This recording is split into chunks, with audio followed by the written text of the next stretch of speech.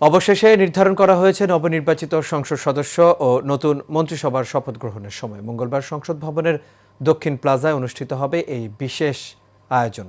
সকালে এমপিদের শপথ আর বিকেলেই শপথ নেবেন নতুন মন্ত্রিসভার সদস্যরা। সচিবালয়ে সাংবাদিকদের এসব তথ্য জানান আইন উপদেষ্টা আসিফ নজরুল।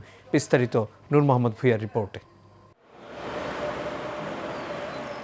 সংসদীয় গণতন্ত্রের নতুন পথ চলা শুরু হচ্ছে মঙ্গলবার। এদিন সকাল 10টায় জাতীয় সংসদ ভবনের দক্ষিণ প্লাজায় বসবে নবনির্বাচিত সংসদ সদস্যদের মিলন মেলা। সচিবালয়ে আইন উপদেষ্টা আসিফ নজরুল বলেন, প্রধান নির্বাচন কমিশনার সিইসি নতুন এমপিদের শপথ বাক্য পাঠ করাবেন। এছাড়া মন্ত্রিপরিষদ শপথ পাঠ অনুষ্ঠান হবে বিকাল 4টায়। সংসদ ভবনে হচ্ছে মন্ত্রিপরিষদের শপথ। আপনারা জানেন এটা একটা বিশেষ সংসদ।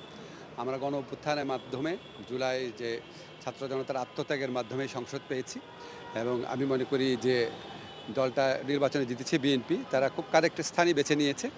এই জন্য সাউথ প্লাজাতে তারা শপথ অনুষ্ঠান করছে। সাউথ প্লাজাতে অনেকগুলো ঐতিহাসিক ঘটনা ঘটেছে। জুলাই সনদের ঘোষণা হয়েছে, জুলাই যে আপনার ঘোষণা ছিল সেটার অনুষ্ঠানটা হয়েছে। তো এটা আমি মনে করছি এটা ঐতিহাসিক জায়গা, এটা তারা কারেক্ট ডিসিশন নিয়েছে। এদিকে পরিবেশ ও বন উপদেষ্টা সৈয়দা রেজওয়ানা হাসান বলেন, এমপিদের শপথ গ্রহণ পর্বে কোনো উপদেষ্টা উপস্থিত থাকবে না।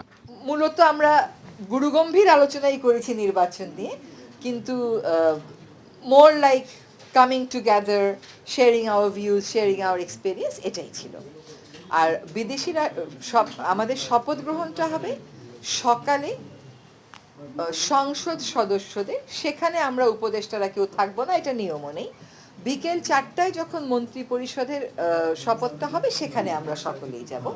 সব মিলিয়ে নতুন সরকার গঠনের চূড়ান্ত প্রস্তুতি এখন শেষ পর্যায়ে। যারা গ্রেফতার হয়েছে তাদের ব্যাপারে আপনি হয়তো মনে করেছেন যে তার ফেসবুক পোস্টের জন্য গেছে, ব্যাপারটা তা না। আমাদের কাছে হয়তো তার চেয়ে বেশি কিছু তথ্য আছে বলেই আমরা ব্যবস্থা নিয়েছি। নূর মোহাম্মদ ভুঁইয়া, এশিয়া টেলিভিশন, ঢাকা।